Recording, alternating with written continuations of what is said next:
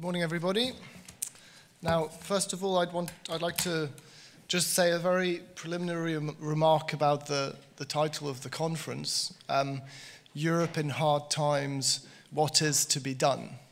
Now, I have to confess to you, I don't have a particularly good idea of what we should do or what has to be done.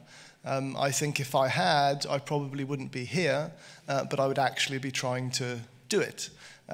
So what I think I do in my talk is I try and diagnose some of the problems that exist to characterize the situation in which the European Union finds itself. But there isn't, from my talk, some sort of ABC on where we should go from here. Perhaps we'll cover that in the conclusions, but in the discussion. But I'll also leave it for you to make up your own mind. Now, the title of this talk that I want to give, Beyond Europe, Beyond the Void, it refers to a book which may be familiar to some of you, which I have with me here, Ruling the Void, which was a book published by Peter Mayer in 2013. And so the title, Europe Beyond the Void, is in some way trying to build on the arguments in this book and to think, I suppose, with Peter Mayer about what it might mean to move beyond the void.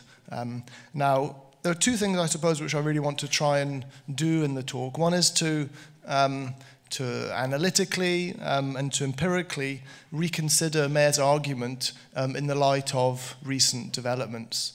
The book was published in 2013, but if you read it closely, most of the data that is in there ends around 2009. Now, Mayer started writing the book in 2007 and died very suddenly in 2012, in August 2012. And the book was put together after his death, partly on the basis of a draft, which he'd written, which constitutes the first 3 chapters of the book. And then the rest was material compiled from other publications that were already in circulation. So I suppose the questions really are whether trends that we've seen recently confirm or disconfirm some of his main arguments. What are the novelties? What are the similarities that we're seeing? The other thing I want to do, I suppose, towards the end of my talk is to think a bit more normatively, I suppose, about what it might mean to overcome the void. So what are the kind of political projects that might be required in order to resolve some of the problems which Peter Mayer diagnoses in his book? I would say that, in my view at least, some of the arguments that Peter Mayer has made are probably more radical than has been assumed so far, for various reasons which I'll go into. But I think normatively speaking, there's a lot in his book Ruling the Void that can help us think about the contemporary situation faced by the European Union. So I want to first of all reconstruct his argument in the book for those of you who don't know it, those of you who aren't familiar with Peter Mayer's work. I think it's worth reconstructing in and of itself as a diagnosis of the contemporary crisis of party democracy. Then I want to try and connect his work on what he calls the void with European integration directly and with the EU. Now, this is something which is not done organically in the book. It's not done logically in the book. Unfortunately, the 4th chapter, which is on the EU in the book, is a republished chapter, and it's not related directly to the draft, which was the first 3 chapters. So what I do is I read those first 3 chapters and I draw out from it what I think are some very clear implications for the nature of European integration and for the challenges facing the EU today. And then I think I want to reflect a bit on really the implications of his work for thinking about the EU today. So the basic thesis of Peter Mayer's book is pretty simple, and in some way it's a culmination of more than sort of around 25 years of academic scholarly work, more than that. And the opening line of the book is one of the most powerful. He says at the very beginning of the book, in the first line of the first chapter, the age of party democracy has passed. Now what he means is that political parties are failing. They're failing in their most elementary and basic function, which is in some way to serve as a bridge or as a transmission belt or as a mediating institution between the state and civil society. And what he notes in his book is that there is a marked indifference on the part of citizens and on part of politicians for party politics. And this indifference is an indifference to the representative system as a whole, and it can at times turn into active hostility and disenchantment. But what he describes is a continuous process whereby individuals have drifted away from politics into their private spheres, into their professional and their personal lives, away from politics, and into lives where predominantly the rules are the rules of the market and of capitalist social relations. So individuals have retreated away from politics into their private spheres. Politicians, in his view, have equally retreated away from representative politics, and he puts it specifically, they have retreated into the state, into the institutions of the state, into the kind of patronage that is provided by exercising the authority of the state. And so the task of governing, which preoccupies politicians, has overtaken the task of representation. Now, this drifting apart is what leaves a void, it leaves an emptiness. Just to give you an example, there are lots of examples in Peter Mayer's book, but a more recent example, it struck me, those of you who follow German politics, you'll have seen the U-turn by the German Social Democrat Party about whether or not to enter into a coalition with the Christian Democrats. Now, the original position after the election was that there would be no coalition and that the party would go into opposition. The leader of the party was then forced into quite an important U-turn and to engage in negotiation talks around a coalition. Now, there are different explanations for why that U-turn took place, but if you take Peter Mayer's perspective, then you would suggest that some of the upper echelons of the SPD were more attracted by the kind of patronage that is offered by continuing presence in government, than the specific task of representing as faithfully as possible the actual results of the election and the kind of sentiments emerging from the SPD voters and the SPD base about what the role of the party should be. So that's a clear, I think, example of this drifting away into the state on the part of a political party, where governing, the task of governing and the temptations and the attractions of governing dominate the role of representation. Now, the main evidence that Peter Mayer provides about these processes and this crisis of party democracy, or this passing away of party democracy, is to look at electoral turnouts and to look at party membership, the figures for party membership. Now, there's a whole chapter on this, and if you're interested, then I suggest you go there. He's not providing a simplistic picture which cherry picks the evidence. It's quite a complex and sophisticated discussion of what the evidence that's out there is telling us. But his overall conclusion, and it is one that is marked with a number of caveats and a number of nuances, his overall conclusion is that the data does point compellingly to the withdrawal of citizens from representative politics, and in the case of parties, he makes a very strong case, I think, for the decline in contestation between rival parties within an existing political system. He argues that traditional oppositions between parties have given way to a high degree of consensus and to a form of policy centrism, an agreement by main parties around key policy questions. He also gives some examples of traditional anti-system parties, parties that had really been on the margins of politics, being brought into this broad policy consensus. The old Western European communist parties is a good example. The French Communist Party has declined to almost nothing, but the Italian Communist Party is a good example of this transformation. He also talks about the Green parties that have been brought within the fold, and other parties such as Sinn Féin, for instance. So there's lots of examples of this move towards the centre. And a lot of the main opposition parties, the Christian Democrats and the Social Democrat parties, look very similar to one another. So this really is his empirical basis for concluding that what we have is therefore today this void. He also calls the void a zone of disengagement. What he means, I think, is that where there was once an active state-society relationship dominated by partisan political competition, by a clear identification of voters with political parties, and where competition for office was based around competing political programs, competing visions of what a good society should look like. Basically, I suppose, mass politics of the 20th century. Today we have something else. We have this emptiness, this void, this zone of disengagement. So a relationship of representation between politicians and voters has been replaced by a relationship of distrust, often of mutual suspicion.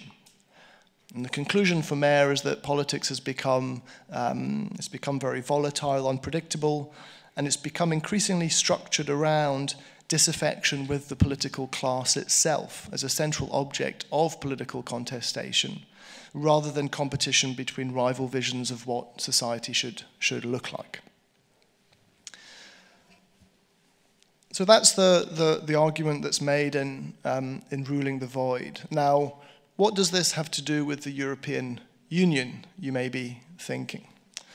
I think a lot. Now, one of the reasons, I suppose, why this connection maybe hasn't been made so clearly so far is that Peter Mayer was principally a comparative political scientist. He was a professor of comparative politics in Florence at the European University Institute. His whole career was defined by his work in comparative politics, and academic boundaries, especially between subdisciplines of a single field, are often quite difficult to cross.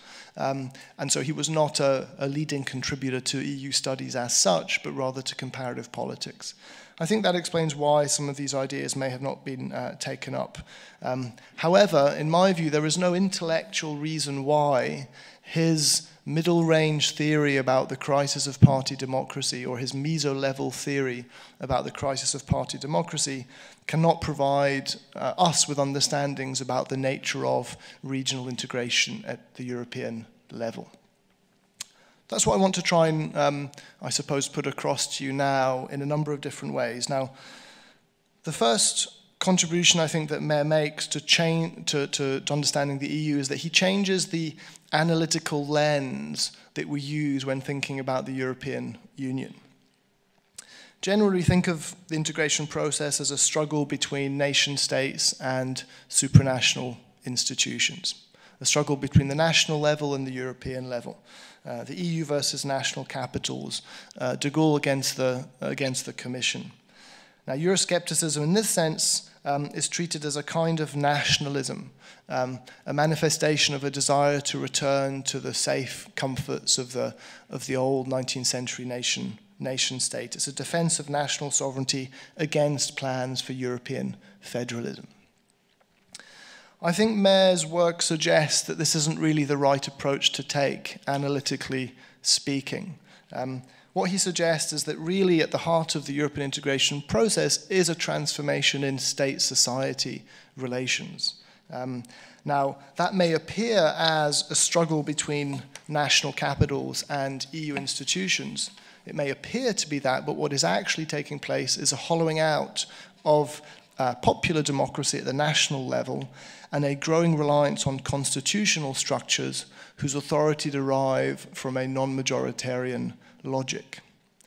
Now, this is a change operating at the level of our national states, but it appears to us as a shift of power from the national level to the supranational level. That's a fundamental change in the way that we approach the object of the European Union. Now, this isn't to suggest, I don't think Mayer would want to suggest, and he doesn't, I think, in his book, that the changes taking place at the transnational level are in some way simply illusions. It's a mere appearance. But he does very firmly place the dynamic at the national level. Now, in addition to that, contrary to what many Eurosceptics suggest, which is that it's possible to effect some kind of return to the nation state, Mayer's argument, I think, suggests that there is simply nothing to go back to. National political systems have already been transformed. An exit from the European Union, for instance, would not take you back to something that existed prior to membership of the EU. Those systems have already changed. The balance between their constitutional and their popular dimensions has been dramatically revised. So in that sense, it doesn't make sense to defend national sovereignty by attacking the European Union. The logic of Mayer's argument, I think, is that it makes much more sense to try and understand how domestic politics in EU member states is different from what it might have been in the 1970s or even in the 1980s, and how these differences help us understand more accurately the operating logic and the nature of the European Union.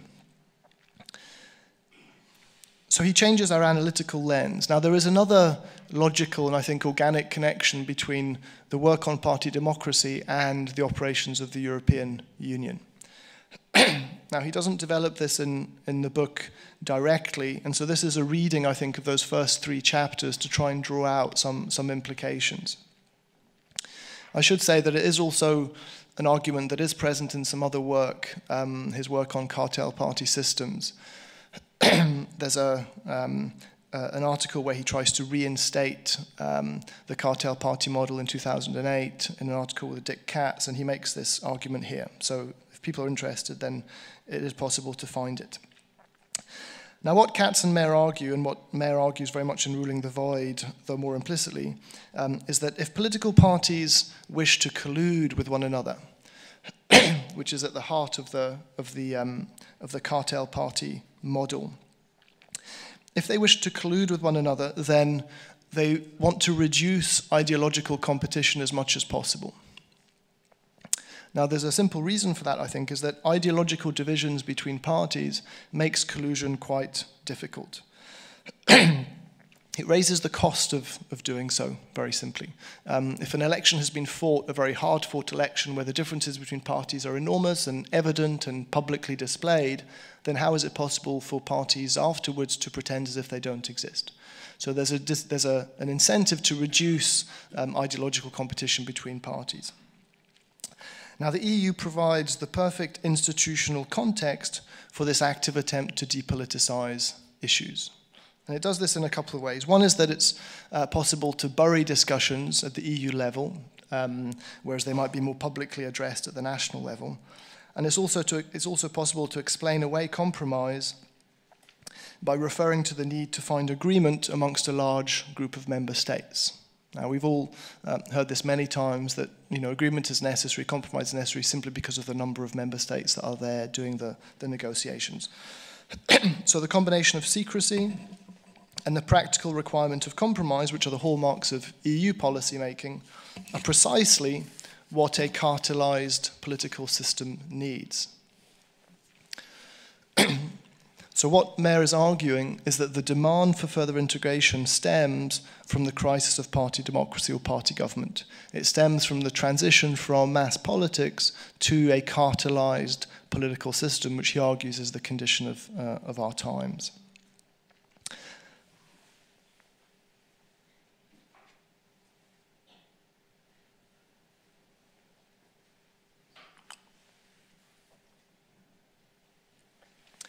Now, the third way, which I think Mayer is very useful in terms of understanding the European Union,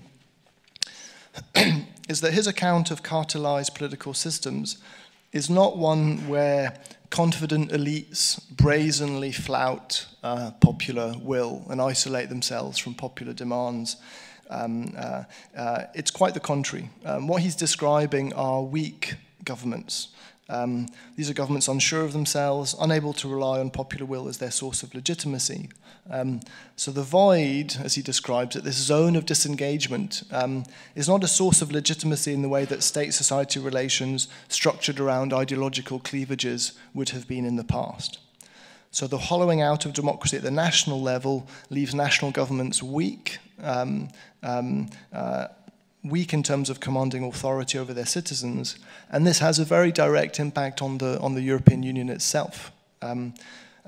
The EU, after all, is made up of national governments. That is the heart of the European Union, and the nature of those governments will have a decisive impact on the EU. So, to give you a very concrete example, if we look at treaty reform, it's fine to talk about dramatic changes that one might make to the European Union, but any important reforms which have implications for the treaties would have to go through quite a complex ratification process at the national level. Now, referendums in an age of the waning of party democracy are an enormous gamble for any government. And it's pretty evident, I think, looking across Europe, that many governments don't feel that were they to have a referendum on some important aspect of treaty change, they would win it. They feel probably on balance that it would either be a very close call or they would probably lose. This was the message recently given by Emmanuel Macron in France, where he admitted that he thought probably in France there's a good chance that you would lose a referendum like that. Now, the consequences for the European Union is a kind of institutional stagnation, where the need for reform might be there, but the capacities for reform are not there. The phrase that Klaus Offer has used, the German sociologist, to describe this, he describes it as a European trap, unable to go back, but unable to go forward either. Now, if you take Mayer's analysis, this kind of institutional stagnation is not a product simply of weak and timorous leaders. It's derived systematically from the difficulties that national governments have in deriving authority over their own citizens as a result of the transformation of those state-society relations at the national level. So let me move on to thinking about Peter Mayer today. I think I have 15 minutes. Yes, no, 10? Okay, 10. 10, okay. So if we read Ruling the Void today, as I said, it was published not 2013, but really the data ends at 2009. So there's a sort of a decade, I think, to be made up. And there are lots of interesting things, I think, that we can say. My view is that if we read it closely, his argument basically still holds. In some ways, actually, it's more compelling than it might have been at the time. So there's a degree of prescience contained in the book. He says that if parties don't play the role of mediators, the role of transmission belts between civil society and the state, then you're effectively left with two things: direct appeals to the people and a reliance on expert knowledge as an alternative, non-political and non-majoritarian source of legitimacy. He says this very clearly in the book. What you have is a kind of mixture of populist and technocratic appeals to legitimacy, but without the central and structuring role played by party ideologies and party platforms. I think that's still an accurate portrayal of politics in Europe and perhaps also in advanced democracies more generally.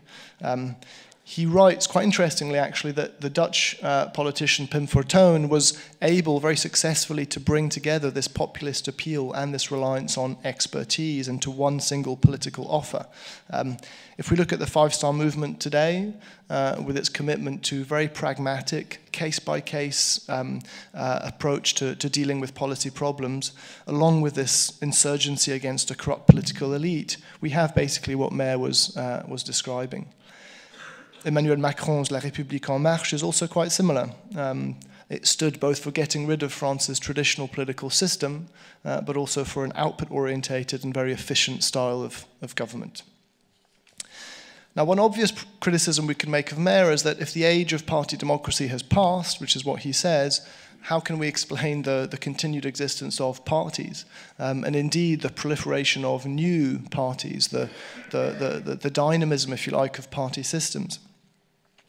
Well, we have to be clear about what Mayer is saying. He's not saying that if party democracy disappears or is in crisis or wanes, parties will disappear. Okay? But the role that parties play will change. So parties can exist as organizational structures, even as party democracy as a political regime is on the wane. So the question really is what the role is being played by parties. And I think the increasing role being played by parties today is that they serve as electoral vehicles, often ephemeral electoral vehicles for individual leaders, not mediators as they would be in party democracy. And again, there are examples of this. En Marche was initially born as an electoral vehicle for the personality of Emmanuel Macron. It's no coincidence that the initials of En Marche were the same as the presidential candidate. In Austria, we saw that Sebastian Kurz effectively transformed the Austrian People's Party into an electoral vehicle for himself as a person. The Sebastian Kurz list, as it was called. Parties also often avoid being called movements today. The Five Star Movement formally rejects the title of party and calls itself a movement.